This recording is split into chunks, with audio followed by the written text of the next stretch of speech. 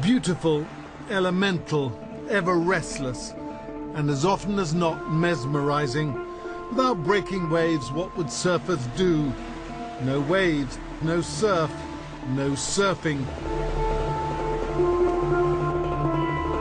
For 1,000 years or more, men have paddled out into the sea with their boards and ridden the waves.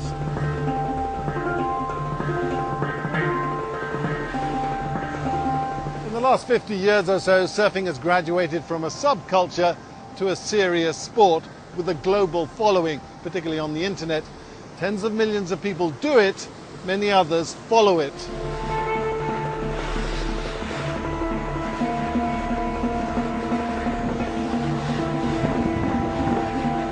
Pro surfers limber up on an autumn morning in Rio de Janeiro. The World Professional Tour, the Surfing Circus, has rolled up on the beach. There's so many different variables in our sport, like so many different variables. You have to know, obviously the ocean is a beast in itself, and to know it so well, know everywhere where the water is moving, where the currents are going. The sport has become thrillingly acrobatic and aerial, as physically demanding as Olympic gymnastics or diving.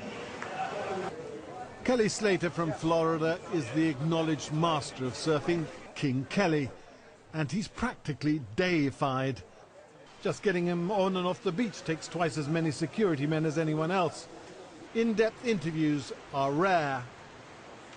I'm not religious, but surfing's my religion, if I have a religion. You know, it's like a full-on addiction for me. I just love it. I'm just obsessive about it. Slater has been world champion no less than 11 times. He's thought profoundly about the sea and how waves move.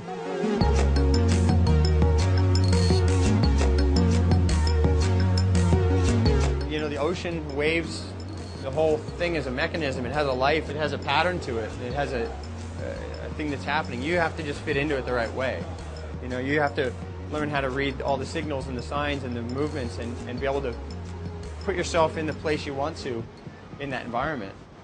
Once you've done it enough, you start to understand where you can be. You start to understand how close to the waves or how late you can take off.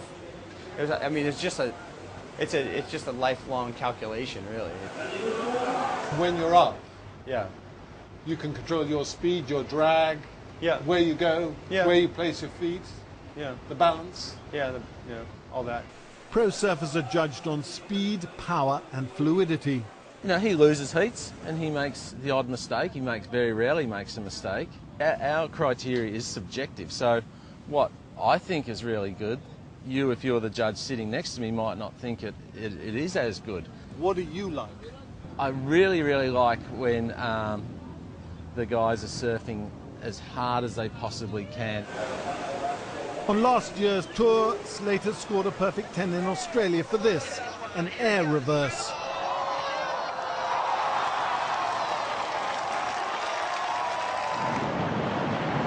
This section came at me and I just launched myself, kind of a Hail Mary, really. And I didn't know if I was going to land it or if I was going to break my board or if I was going to break an ankle. This was what Kelly Slater was born to do, that natural authority, that grace, that movement on the water. During the first session in Rio, he slipped into the hollow of a wave, got inside the barrel, as they say.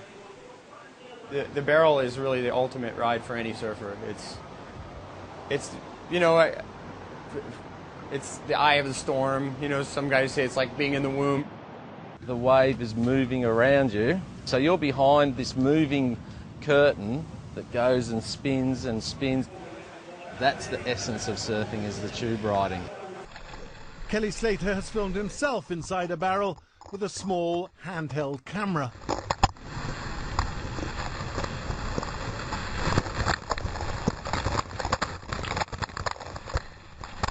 For me, it's sort of like time slows down in a way. You have to become hyper aware of everything that's happening around you, the way the water's moving and everything, and it takes all of your sort of mental capacity to do it just right. This is the Brazilian Silvana Lima, the first woman ever to score a perfect 10 in competition.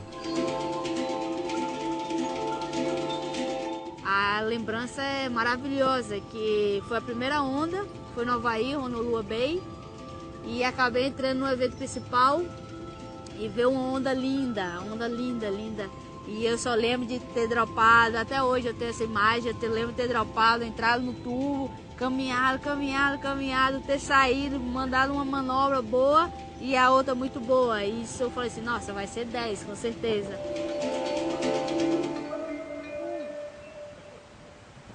I was curious about the kind of brevity of it. Yeah. I mean, it's gone. Yeah. Yeah, it's like a dog chasing a ball. And I was actually saying that to somebody the other day. They said, and we were watching this dog run, and I was like, God, wouldn't it be so great if you could do the same thing over and over and over again your whole life, and it's still as fun? I'm like, wait, that's what we do. That's all we do. That's what we do. We chase around the whole world just to do that.